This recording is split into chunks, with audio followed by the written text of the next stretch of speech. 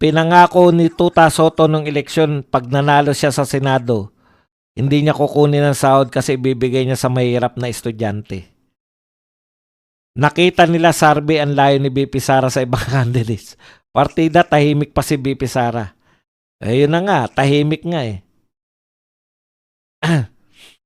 Tahimik nga. Sila naman nagpo-promote kay BP Sara. Walang katapusan kung i-promote nila si BP Sara eh, di ba? Hindi nyo ba napapansin? Like, share. Boss Bas, ang galing ng mga analysis mo. Maraming salamat po sa mga naniniwala sa atin. Sir Baz, bakit natataranta si Tuta Soto at Boying? Tagilid na ba lagay ni Bangag? Hindi naman po na si Bangag yung anin ba ni anin ni BBM yung tsatsya.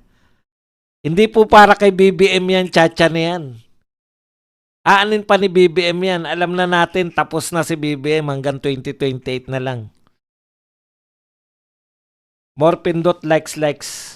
Boss, tanong, sang-ayon ka ba kung sakaling palitan ng Senate President ng isang babae?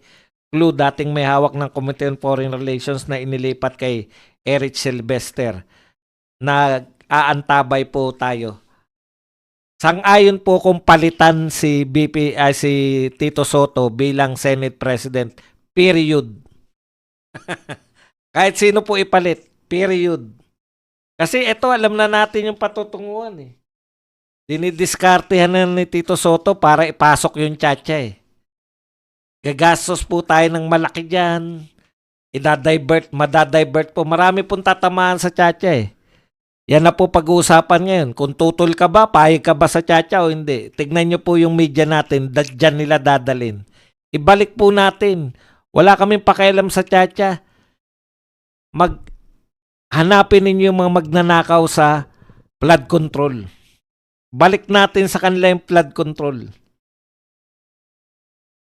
Boss, tanong, sir, nabalitaan mo, meron summon si Auntie Claire aka Feeling Asim dito sa Batangas about sa kaso niya from Libiste. Opo, nabalitaan po natin yan. Kaya lang medyo natatabunan po siya ng mas malalaking issue natin. Kaya po, eto po tinatalakay natin. Boss, hindi naman yata valid reason ng dahil lang sa hindi sila pabor sa desisyon ng SC regarding impeachment ay tsatsya agad. Ibig ba sabihin, mas alam nilang sistema ng konstitusyon? Correct. Hindi talaga valid. Kaya lang, sinortcut na niya. Ang tingin kong diskarte dapat nila dyan, tirahin muna natin to. Parang palambutin muna natin yung karne bago natin isulong. Wala na tayong ibang kasi yung Supreme Court, di ba? Talagang bias na bias. Kaya baguhin na lang natin yung Constitution. Sinunod kagad ni Tito Soto eh. Walang hindi marunong mag-alaga eh. Sarago or Batogo. Tayo no. Caitlyn Vlogs. Willin Arcadio. AY po. Kita mo, pati si Caitlyn nabuhay dahil sa papink mo. Maraming salamat sa iyo, Arcadio. Talagang akala ko hindi na uso pa kape. Hindi tayo ready sa parliamentary government kasi ang partido ang pinapanalo tapos silang pipili sa prime minister. Correct. Si Soto, sir, hindi handa ang Pilipino. Gusto ng mga Pilipino, iboboto namin presidente. Kami ang magpapasya, hindi yung mga politiko. Si Soto, sir, halatang halata, dinadivert yan talaga mga alipores ni Bangag bayad kay Marcos para guluhin iskandalo ng flood control. Alam nyo po, mahirap pong burahin eh. Kasi buhay at kamatayan yung flood control eh. Kada po may tsaka ang problema nila, para gusto nilang pasinungalingan yung vlogger na mataba eh. Sa ginagawa nila, sila mismo yung nag-expose na tama yung vlogger na mataba. Brad, ang pangalan? Duque. Natutuwa ako pag may mas mataba sa akin.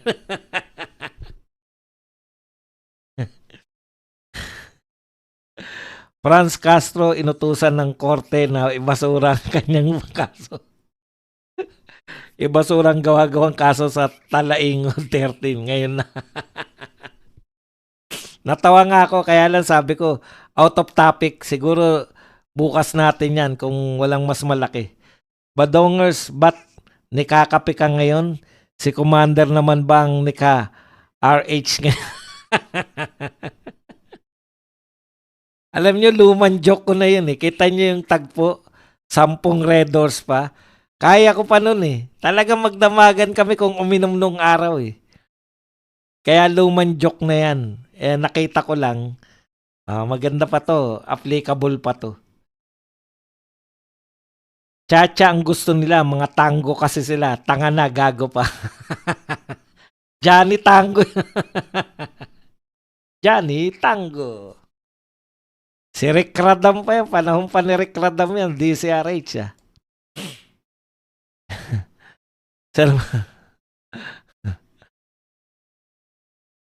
No choice sila kundi baguhin ang batas. Bendalo na talaga silang lahat. Wasbads, kung mali at overreach ang SC sa desisyon nila, dapat ipa-impeach ni Tuta Soto yung mga SC justice. Hindi yung tahol ng tahol si Tuta Soto. Correct, Ma Marcelo. Diba? Mali pala. Ano sabi nila? Hindi overreach lang. Hindi lang overreach eh. Ang sabi nila, unconstitutional. E di, paglabag sa Constitution, impeach mo. Kaya lang, ang impeach mo, 13. Saka nakakita ng 13, i-impeach mo. Sir Buds, bago nila unahin yung Chacha, unahin muna nila ibalik yung pera ng government na ninakaw nila. Sir, ang NWT nung Chinese Embassy, diplomat, nagpost pa ng picture ni FL para inisin si Tariela. Tapos, halata nakaharang yung bisig niya kay FL sa picture. Meron ba? Naroon ba si Tariela? Nakita ko yung picture ni First Lady tsaka ni ano eh. Ni yung ambassador. Oye, Caitlyn Vlogs. Akala ni Tito Soto, uto-uto ang taong bayan. Di naman tanga ang mga nag-aaral sa school bukol. Tingin ni Tuta, siya ang last arbiter, hindi SC. Di nga siya aboga siya. Feeling ang galing-galing. Yun po. Talaga expose po si Tito Soto. Expose po yung kalokohan niya. Hindi tatantanan ni Marcoleta si Bonjing. Idisbar si Remulla, Bonjing, Butikers. Umusta ka naman, Caitlyn? Ang tagal mong hindi nagpapakita. Dapat ang ipinapanukalang nilang batas ay alisin lahat ng party list kasi wala namang nagagawa. Wag naman. Si Marcoleta, party list yan. Marami pong matitinong party list. Dapat lang kasi baguhin. Bawal ang milyonaryo, bawal ang bilyonaryo. Dapat ganun eh. Ngayon pangalan, di nila pinapakinggan ng mamamayan tapos sila pipili ng namumuno sa atin. Correct. 'Di ba tayo pa na bumoto diyan, hindi na sila nakikinig. Paano pa pagdating ng araw na sila na lang? Biruin mo, boboto tayo ng member of parliament. Yung congressman nyo rin yan. Ang mangyayari po niyan sa aktual, yung binoboto nyong congressman, yan po yung magiging members of parliament. Pagpalagay na natin, binoto nyo sila, may iba lang pangalan. Dati, ang tawag sa kanila, congressman. Ngayon, magiging members of parliament sila. Di ba? MPs. Itong mga members of parliament, sila ngayon ang mag-uusap-usap sino ang iboboto natin na prime minister. Kaya, tinanggal sa atin ang kapangyarihan, binigay sa kanila. Ayaw ng Pilipino nun. Yan yung sinabi ni President Duterte nung araw eh. Kaya hindi niya na tinuloy yung hindi pa naunawaan ng tao yung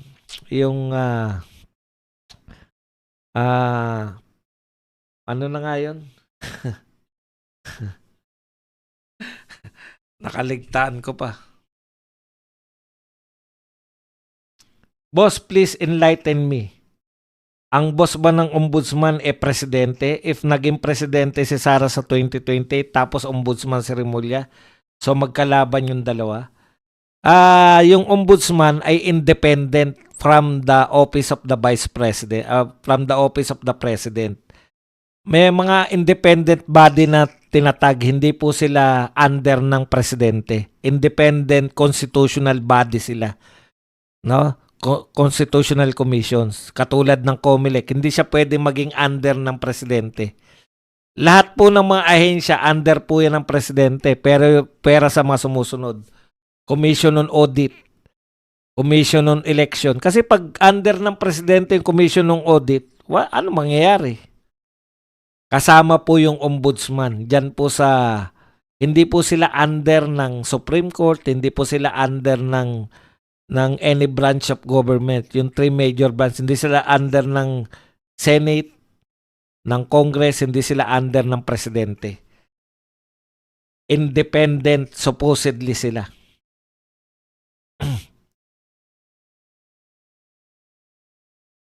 Sir Bads, hindi ko na kilala. Sinasabi mo, Rick Radam.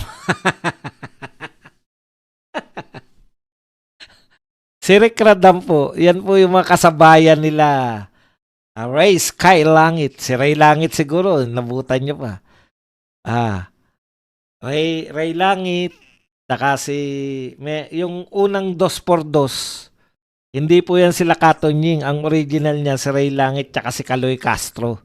Kanila galing yan, yung mga lapit mo nga ulo niya. Lapit mo nga ulo niya ng sekretariat na mapalo natin. Mga ganun. Kasabayan nila Louie Beltran, nila Jay Tarok. Yan po yung mga si Rick Radam naman sa mga ano yan, yung mga parang novelty show.